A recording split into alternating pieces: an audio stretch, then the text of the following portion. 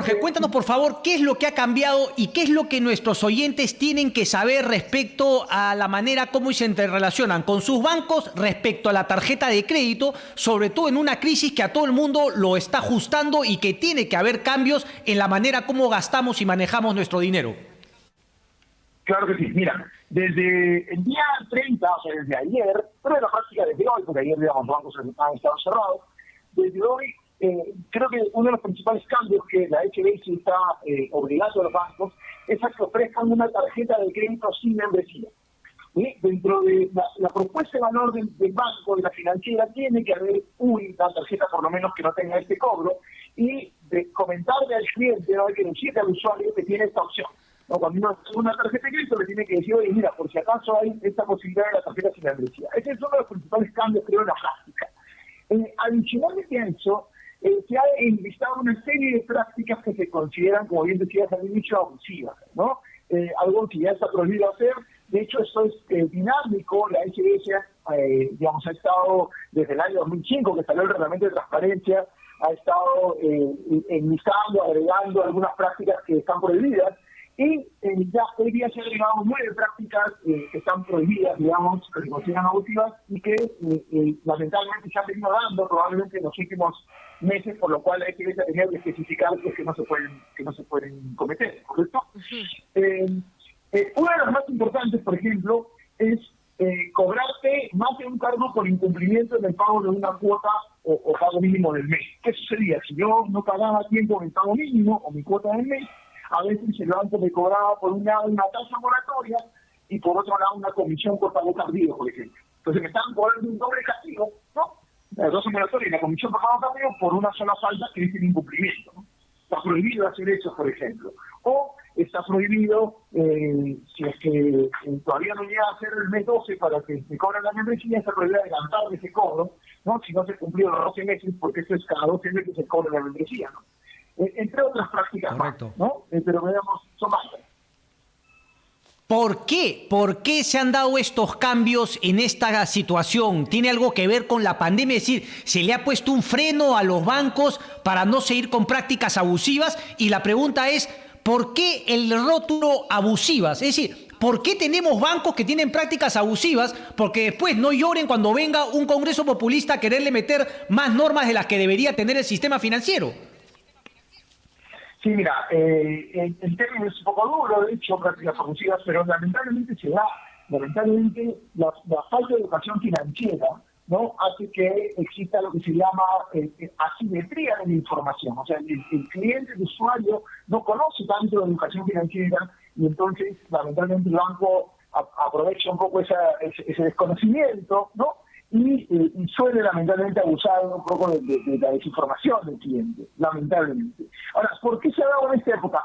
Porque ha habido, ¿qué pasó? Durante abril, por ejemplo, o mayo, hay muchos clientes que no consumieron con su tarjeta de crédito, ¿no? Y recuerda, por ejemplo, que la gran mayoría de bancos no te cobran membresía si es que tú consumes por lo menos una vez al mes, ¿no? Claro. ¿No? Por lo menos una vez al mes, durante cada mes haces por lo menos un consumo. Entonces, ¿qué pasa? Si durante abril yo estoy en mi casa encerrado y no usé la tarjeta, ya no cumplí ese requisito, ¿no? Claro. Entonces el banco me decía, bueno, ahora te cambio la condición y te cobro la membresía. Entonces, ante esa posibilidad es que la SBC dice, bueno, tienen que ofrecer al cliente la opción de cambiarse la tarjeta sin membresía y no pueden cobrar la membresía aunque cumplís el año. Cosa que si el cliente se decide cambiar mañana y su año vence en octubre, pues ya no puede cobrar la membresía. Pero entonces, ¿esto se va a aplicar desde ahora, agosto o septiembre? ¿O podrá también, digamos, exonerarse de estos pagos llamados abusivos de forma retroactiva? No, esto aplica desde su entrada en vigencia, ¿no? Lo que sí puede pasar es lo siguiente. Digamos que a mí me faltaban los 12 meses para la membresía, los cumplía, vamos a suponer, el 15 de octubre.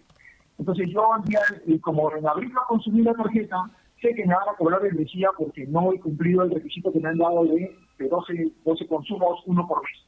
No, yo puedo el día de hoy ir al banco y decirle, ¿sabes qué banco? Me quiero cambiar de la tarjeta tradicional a la tarjeta sin membresía. Y está prohibido también ponerme trabas. Dentro de las prácticas abusivas que dicen, no le puedes poner trabas a la migración, ¿no? Para que no tenga ese cobro, ¿no? Correcto. Ahora, hay que ponernos en la otra situación. ¿Hay posibilidad, los bancos pueden contraponerse a esta decisión, ¿no? Decir que no sé, poner alguna medida. No. Esto ha sido sacado por la banca. Creo que los bancos han estado en su mayoría más de acuerdo. De hecho, te cuento, de las 13 entidades financieras entre bancos y financieras como tal, que ofrecían tarjetas de crédito, ya 9 de las 13 tenían un producto de tarjetas sin membresía. Entonces, creo que la banca lo ha tomado como digamos, algo que se veía venir, que no estaba muy claro, y no creo que ninguno, digamos, que tenga algún respaldo en acatar las normas, ¿no? Lo que sí, bueno, obviamente hay que, como usuario, analizar pues, en qué casos me conviene la tarjeta sin membresía y en qué casos no, también, ¿no? Porque eso no siempre me conviene la tarjeta sin membresía. Si yo uso todos los meses la tarjeta, eso es exonerado permanentemente, y al contrario, la tarjeta sin membresía podría cortarle los beneficios, ¿no? El programa de millas, el programa de puntos. Eso, ¿y qué beneficios, no? Porque casi es impuesto en algunos casos y finalmente hay usuarios que nunca terminan utilizando estos, pero que tienen que pagar esta membresía y el carácter de la necesidad o pertinencia de que esta exista en casi todas las tarjetas. ¿Y bajo qué parámetros, señor Carrillo? Para que nos explique esto, a continuación de dar los números telefónicos para que usted también pueda responder algunas dudas del público al 251-9422 y al 467-4499, por favor. Claro que sí. Sí. Aquello de la pertinencia. Ahorita entramos con las llamadas. Uh-huh. Pero aquello de la pertinencia. Pero te estaba preguntando, sí. Fátima, lo de la membresía, sí. Mira, a ver, la mayoría de los bancos que te dice, primero, digamos, lo primero que hay que entender es cuál es la razón de cierta membresía, por qué le cobran eso, ¿no? Se lo cobran básicamente para acceder al programa de beneficios. Los bancos tienen una serie de programas de beneficios como puntos o millas, que son los más importantes. Sí. Los segundos son los accesos a las salas VIP en los aeropuertos internacionales, por ejemplo. Algunos seguros cuando uno compra viajes o pasajes turísticos con la tarjeta. Tienes también, por ejemplo, el tema de descuentos en establecimientos, sí. O también tienes promociones de cuotas sin interés, ¿no? Todo eso es lo que justifica el cobro de esta membresía. Y la mayoría de entidades lo que te dice es, si tú consumes una vez al mes, ya la mayoría ni siquiera te dice monto mínimo. Consumes una vez al mes, un consumo al mes, o cada ciclo de facturación con la tarjeta, no te cobro membresía, ¿no? Yo, por ejemplo, tengo hace más de 10 años una tarjeta que uso todos los meses y no pago membresía desde que la tengo, claro. Porque cumplo con ese consumo mensualmente. Uh-huh. Entonces, en esos casos no convendría cambiarse pues a la tarjeta sin membresía, uh-huh. ¿No? Uh-huh. Correcto. Ahora, ¿tenemos llamaditas, Kerly? Muy bien, buenas tardes. Sí, buenas tardes. Por favor, la pregunta, señor Carrillo. Ya, un saludo. Quiero hacer una consulta al señor.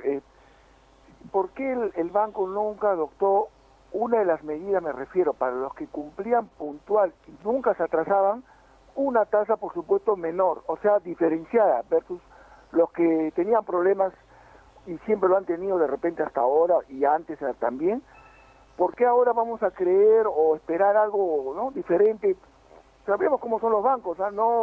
En eso no quiero decir que no nadie pague, pero yo siempre me referiré por qué no hicieron una tasa diferenciada, me refiero a los intereses. Gracias. Ok, a ver, Jorge. Mira, los bancos lo que han hecho, la BCE, una de las cosas que también promueve o obliga a los bancos a partir de hoy es a darle a los clientes que tienen problemas temporales de pago alguna facilidad para poder cumplir con su obligación de pago, sobre todo cuando tuvieron problemas por los estados de emergencia, ¿no? Una vez eso es reducir la tasa, pero no están obligados, ¿no? Recuerda que en el Perú hay libertad de precios en cuanto a tasas de interés, con lo cual el banco no tiene la obligación de bajar la tasa. Algunos sí lo han hecho, incluso han congelado cuotas, hasta 2 o 3 cuotas, sin cobrar interés alguno, pero no todos han hecho eso. Hay otros que no han congelado nada, han cobrado los intereses que corresponden y también han ampliado los plazos, ¿no? O sea, cada banco ha tenido la libertad de tomar la política que ha decidido. Esta modificación, la que salió hoy de prácticas abusivas, es súper clara y no contraviene el tema de las tasas. Te dice lo que está prohibido hacer y los bancos tendrán que acatarlo porque si no están pasibles a una multa, ¿no? Entonces, correcto, pero existe lo que ha dicho el oyente, es decir, él debería, si es un buen pagador, poder hablar con el banco y decir, oye, mira, si tengo otro préstamo y todo y sabes que soy buen pagador, dame una mejor tasa y podérsela pedir o negociar al banco con el que trabaja, Jorge. Sí, claro, tú puedes hacerlo. Ahora, lo más probable es que el banco te diga que no, no, mira, esta es mi política, ¿no? Pero uno puede salir a negociar afuera del banco también. Pasa mucho con los hipotecarios, ¿no?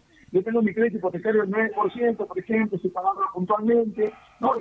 Y bueno, voy a otro banco y le digo, oye, ¿me compras la deuda? Y el banco le dice, sí, te lo compro en 7%. Y uno va preguntando y preguntando y te da y vas a la tasa, no hay problema. Eso es importante, Jorge, ¿no? Que los oyentes aprendan a que también tiene que haber digamos, una proactividad del usuario de saber ir también a otros bancos y hacerlos que compitan entre ellos para darle mejor tasas a uno y no quedarse solamente quieto con un solo banco que le van metiendo más pagos, más pagos, más pagos. Tenemos otra llamada, Jorge, por favor. ¿Aló? ¿Aló? ¿Aló? Sí, sí, señor, lo escuchamos. Adelante, por favor. Sí, aló, buenos días. Estoy llamando justamente como está ahí el especialista. El día sábado yo llamé a un banco. ¿Se puede decir el nombre del banco? Todo se puede decir acá, maestro.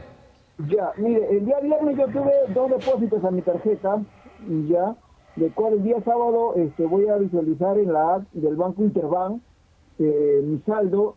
Yo debería tener 240 soles, del cual mi saldo era de 214 soles. Entonces voy a ver mis movimientos y no tengo ningún movimiento de retiro ni de transferencia, el cual yo llamo al banco, para que me digan cuál es el motivo del saldo menor que tenía en la tarjeta. Entonces ellos me dicen de que visualizan dos operaciones, pero no saben decirme de qué es.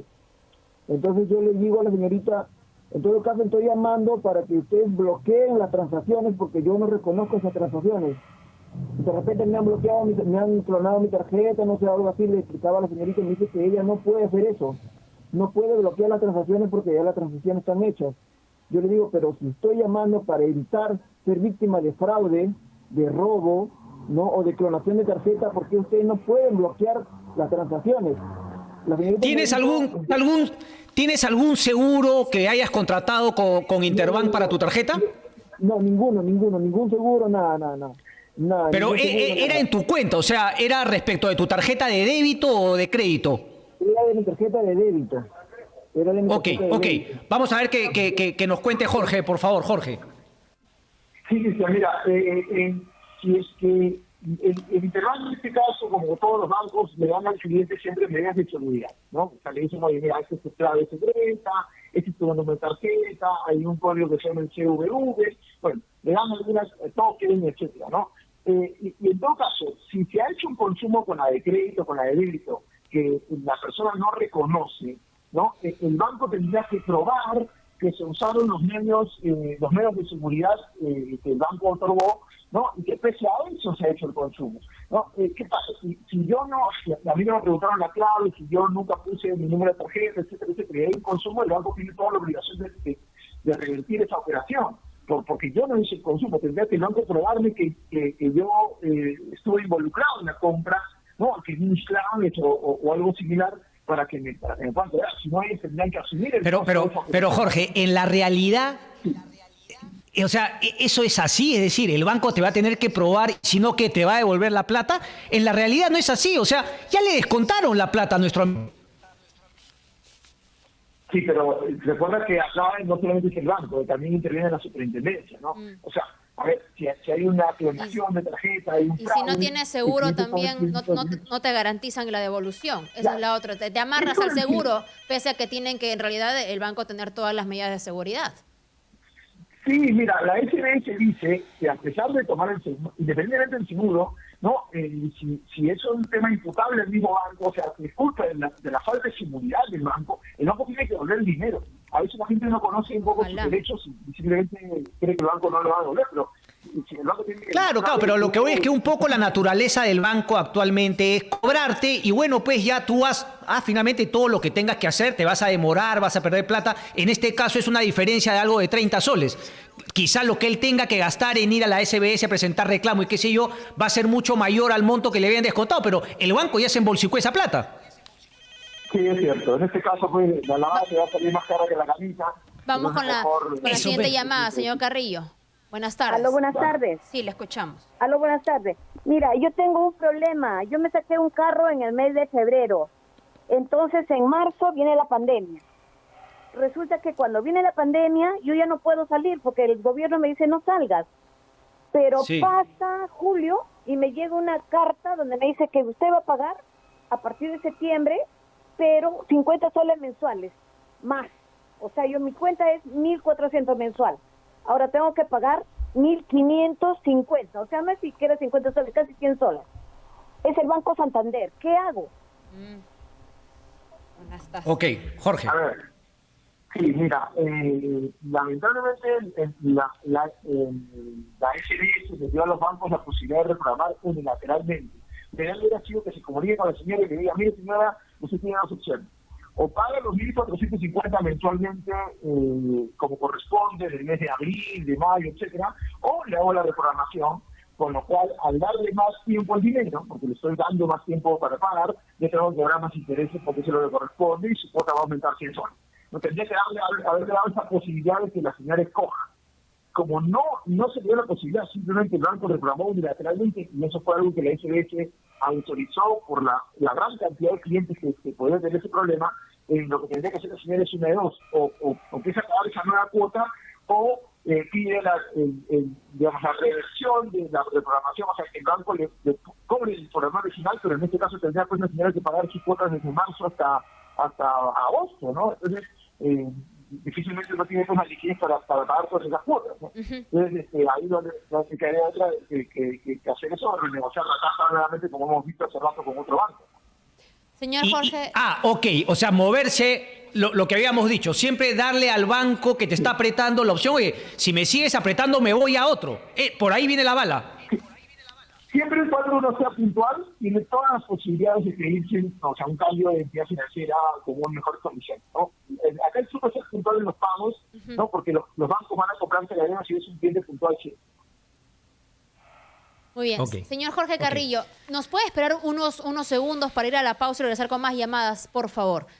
Vamos a la publicidad, regresamos. Sí, porque los números están que revientan, Fátima. Entenderás pues que la gente no está ávida de conocer cuáles son sus derechos y cómo puede manejar mejor sus finanzas en una época de crisis como la que estamos viviendo. Por eso, Volvemos con eso. alisten las llamadas al 251-9422 y al 467-4499. Regresamos con ustedes.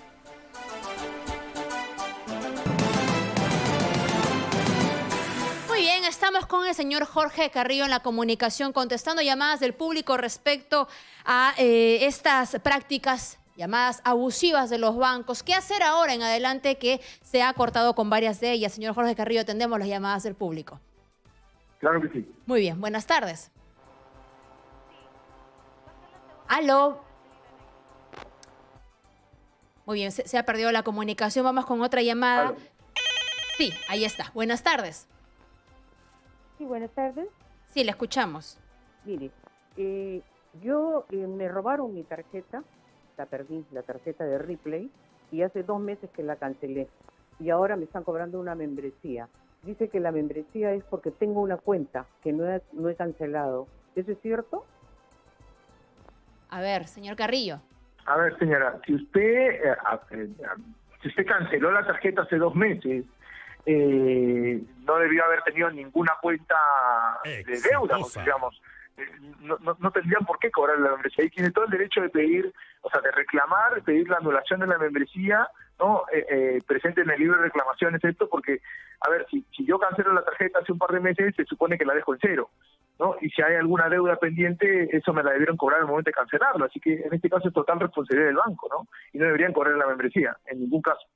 Correcto, ¿no? Y ayer siempre pedir toda la documentación donde esté en cero la cuenta sobre cualquier deuda, señor Carrillo. Vamos recibiendo... Es importante cuando uno cancela un préstamo o cancela la tarjeta, es importante pedirle al banco un documento. En el caso de un préstamo es la carta de no adeudo, ¿no? Y en el caso de la tarjeta, la carta de cancelación de la tarjeta de crédito. Ese documento, la primera vez que uno lo pide, se lo entregan gratis. O sea, ni siquiera hay que pagar ninguna comisión. Entonces, con ese papel, yo tengo la prueba de que ya no debo nada al banco, ni tengo tarjeta pendiente con ellos, y entonces no me pueden cobrar nada adicional a partir de ese momento, ¿no? Y con como en eso el caso de la señora. Con eso se exime de responsabilidad el usuario y evidentemente todo ya queda en el banco. Ahora, el problema es cuando te termina pasando incluso en un caso mayor, ¿no? A Infocor, y después ya no puedes hacer ninguna otra deuda con ningún otro banco. Correcto. Ok, vamos con la siguiente llamada. Buenas tardes. Buenas tardes. Le escuchamos. Sí, mi pregunta es para el especialista. Yo tengo un crédito en mi vivienda, pedí una reprogramación vía correo electrónico. Durante los meses de la pandemia hice visitas presenciales y por correo y me decían que todavía no estaba lista la reprogramación. Ahora me dicen que la reprogramación está hecha solo por el mes de abril y que ya soy deudor y ya me pusieron en la central de riesgo. Y a la fecha no me envían ninguna reprogramación. ¿Qué puedo hacer en ese caso? Señor Carrillo. ¿En qué? Bueno, este crédito de vivienda lo tiene con un banco, me imagino, con una entidad financiera formal. Lo que tendría que hacer el señor es, bueno, presentar una reclamación al banco, un requerimiento para que le reprogramen más meses. La SBS permite reprogramar hasta 6 meses. O sea, al señor en la cuota de abril, digamos, se le han podido, abril, mayo, junio, julio y agosto inclusive le han podido reprogramarle hasta empezar a pagar en septiembre, si es que el banco tomaba esa decisión o el cliente lo pedía. Entonces, tiene que reclamar y pedir una reprogramación sobre el monto calculado, porque claro, no es responsabilidad del cliente el que no le hayan dado la reprogramación a tiempo, ¿no? Sin embargo, digamos, lamentablemente en ese lapso va a seguir mal reportado en centrales de riesgo, ¿no? El banco tiene 30 días para contestar, ¿no? Y en todo caso, si la respuesta del banco, si el banco no ha sido diligente, es decir, no ha sido responsable en darme la información oportuna a mí para yo pagar, bueno, pues hay una parte de responsabilidad del banco, ¿no? Y uno podría irse, incluso repito, como dije hace rato, hasta la SBS, porque en este caso, pues el cliente no ha sido el responsable de que no le hayan dado su reprogramación oportunamente, ¿no? Ahora, hay otro tipo de problemas que mientras que recibimos la otra llamada me gustaría comentarla con usted. Hemos sacado aquí en Exitosa el caso de un señor que los extorsionadores le queman todos los bienes que ha comprado con el préstamo del banco para un negocio y evidentemente ahora lo que el banco quiere ejecutar la deuda, pese a que él no puede operar, no podía ni tampoco haberlo operado por las restricciones del estado de emergencia, pero ahora no tiene nada, ¿no?, de lo que compró. Y le quieren ejecutar la deuda apropiándose de la casa, pese a que lamentablemente el incendio fue originado por extorsionadores. ¿Cómo debe operar, digamos, el banco? ¿Qué puede hacer también la persona en este tipo de casos? Claro, a ver, cuando uno saca un préstamo como persona natural, que asumo que es en este caso el microempresario, lamentablemente, por más que no haya firmado ningún papel, el banco tiene todo el derecho a cobrar ejecutando los bienes que dejó, o sea, de propiedad de la persona, ¿no? Entonces, en este caso, si lo que tendría que hacer es yo lo que le recomendaría a la persona que tiene un problema como este es, en este caso ya solicitar un refinanciamiento, ¿no? O sea, un nuevo programa de pagos con la intención de pagar, ¿no? Digamos, se entiende que no tiene pues los bienes del negocio, pero habría que ver la forma de pagar para evitar pues que el banco pueda ejecutar el inmueble, o sea, rescatar el inmueble, que lamentablemente el banco tiene todo el derecho a hacerlo. La investigación, digamos, del hecho del que fue víctima este usuario, ¿no sirve para que tome una decisión diferente el banco, por ejemplo? Y así seguro hay muchos casos.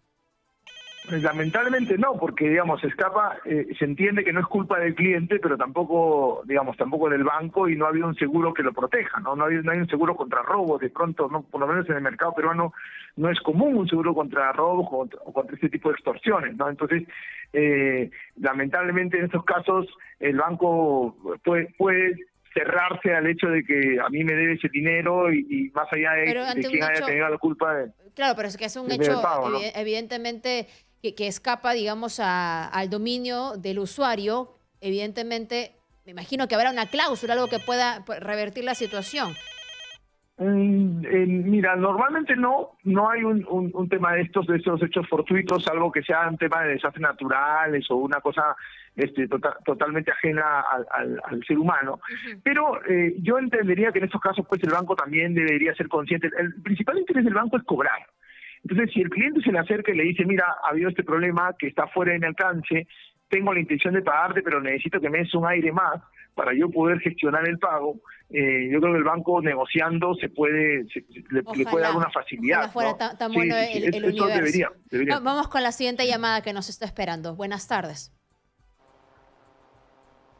Aló, ¿lo escuchamos? ¿Escuchas? Sí, le escuchamos. Buenas tardes. Yo tuve un crédito de leasing, resulta con el Banco Continental. Resulta de que bueno, no pude pagar una letra, pero sí le amorticé. Luego hubo ya un tiempo en que le cancelé todo, bueno, me deshice de algunos bienes, le cancelé todo, y bueno, me dijeron que ellos ya iban a hacer el trámite de todo, ¿no? La cancelación definitiva y todo, muy bien. Ahora, después de 2 años, se pasaron 2 años, y veo en el sistema, quería un crédito, y me sale Infocor, y le reclamo al banco, y el banco me dice de que no, que la persona que te ha dicho ya no trabaja en el banco, pero sin embargo ya le habían puesto en Infocor, y producto de eso, ahorita ya no puedo tener ningún tipo de financiamiento, y lo único que hicieron ellos me dijeron, no, te vamos a dar la constancia de no adeudo, ya usted tiene que hacer su trámite por su cuenta. Esa es la pregunta, gracias. Pero pagó todo, ¿verdad? Pagó todo lo anterior. Todo, hace 2 años, hasta el último centavo, no adeudo ni un solo céntimo. ¿No tendría que la recuperación ser automática, señor Carrillo, el cambio de estatus ante Infocorp, entendiendo que aparentemente habría sido un error del banco? Sí, mira, como decíamos hace rato, ¿no? Lo ideal siempre es cuando uno paga el crédito, pedir su carta en adeudo para oportunamente pues tener ese documento y poder reclamar. Ahora, ¿qué es lo que sucede? Cuando, digamos, por error el banco todavía sigue reportando una deuda, ¿sí? Normalmente la protesta y la manda a la Cámara de Comercio, ¿sí? Y cuando el banco, a veces ha pasado, el banco reconoce el error o de repente se negocia el pago, ¿no? Y ya no lo reporta como moroso, pero el protesto sigue en la Cámara de Comercio. O sea, en Infocorp todavía uno se figura como moroso porque se ha inscrito en la Cámara de Comercio esa deuda. Y lo que hay que hacer es levantar ese protesto en la Cámara de Comercio. Y eso lo debería hacer el banco. Pero lamentablemente muchos bancos simplemente hacen de la vista gorda y no levantan el protesto. Y uno tiene que hacerlo o uno reclama al banco y, como decía Cristian, espera y a ver a cuándo le da la gana hacerlo al banco, o uno pagar pues lo que corresponde, creo que son algo así como 20 soles para levantar el protesto con la carta de una deuda y gestionarlo uno solo. Entonces, allí la insistencia ante el banco. Y si el banco no hace caso, ¿dónde más puede ir para que le cambien de estatus? No, primero el banco tiene que reportarlo correctamente. Correcto. Son 2 cosas. Primero el banco reportarlo correctamente y eso debería hacerlo al mes siguiente. O sea, si yo lo gestiono ahora en agosto, el día de mañana que reporta el banco a la ICB se debería reportarme como puntual. Por otro lado, hay que fijarse si el protesto, ¿no? El protesto del pagaré, en este caso de la deuda, sigue en la Cámara de Comercio, sigue inscrito como moroso, porque una cosa es levantarlo en el ICB y otra cosa es el protesto en la Cámara, ¿no? Y eso hay que levantarlo también. ¿Y eso tiene que averiguarlo el usuario o el banco? No. El banco sabe si hizo el protesto o no, y si lo hizo el banco debería levantarlo. Vamos insistiendo por allí entonces primero, hasta llegar a la Cámara de Comercio. Bueno, pero ¿cuánto demora normalmente salir de Infocorp? Nada más para tener eso claro. No, para el mes siguiente. Al mes siguiente, sí, a ver, muy bien.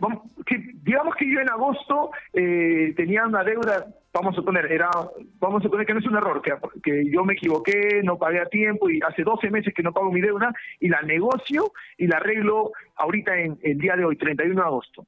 Ya en el mes de agosto yo saldría reportado como normal, ya salgo con una buena calificación.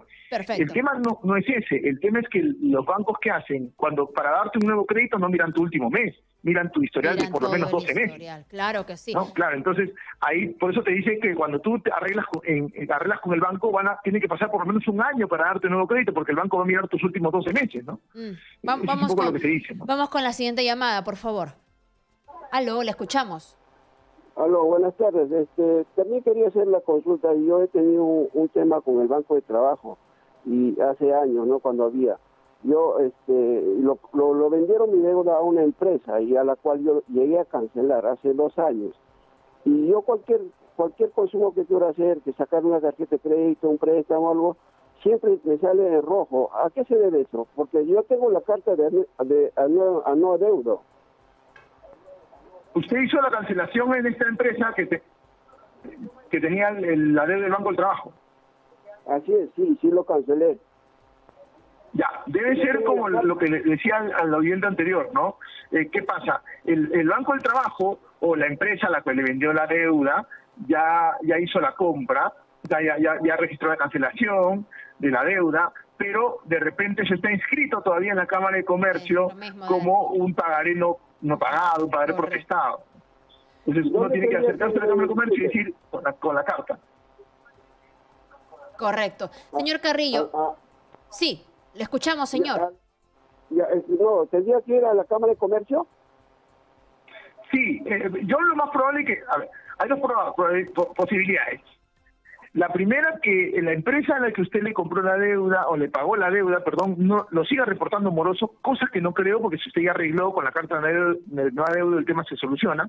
O que en la Cámara de Comercio figure todavía inscrita ese pagaré no se ha protestado y que no se haya levantado el protesto, que es lo más probable. Entonces yo lo que le sugiero es ir a la Cámara de Comercio, que quede en Jesús María, ¿no? Ahí por digamos, en la avenida Huiracocha, por la residencia de San Felipe, ir a la Cámara de Comercio con la carta en adeudo, ¿no? Y averiguar si es que está ese deuda protestada o no, y en todo caso levantarla, ¿no? Perfecto. Señor Carrillo, estas indicaciones que se han dado contra las prácticas abusivas son automáticas, es decir, yo me cobraban la membresía, a partir del próximo mes ya no.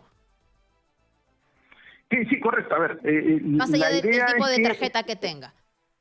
Sí, es así. Esto salió publicado en realidad el 30 de julio y se le dio a los bancos 30 días para adaptarse, con lo cual desde ayer, 30 de agosto, está vigente, ¿no? Entonces, si todavía no llegan los 12 meses del pago de mi membresía, no me pueden cobrar membresía si hoy día deseo cancelar la tarjeta, por ejemplo, ¿no? Es una de las prácticas abusivas que se estaban cometiendo, que ya están prohibidas a partir de Que ahora, se llame al banco y se haga la actualización entonces de todos los datos para que los usuarios sepan cómo actuar ante esta nueva normativa que ya comienza a aplicarse de forma más severa. Muchas gracias, señor Carrillo. No, de nada, un placer.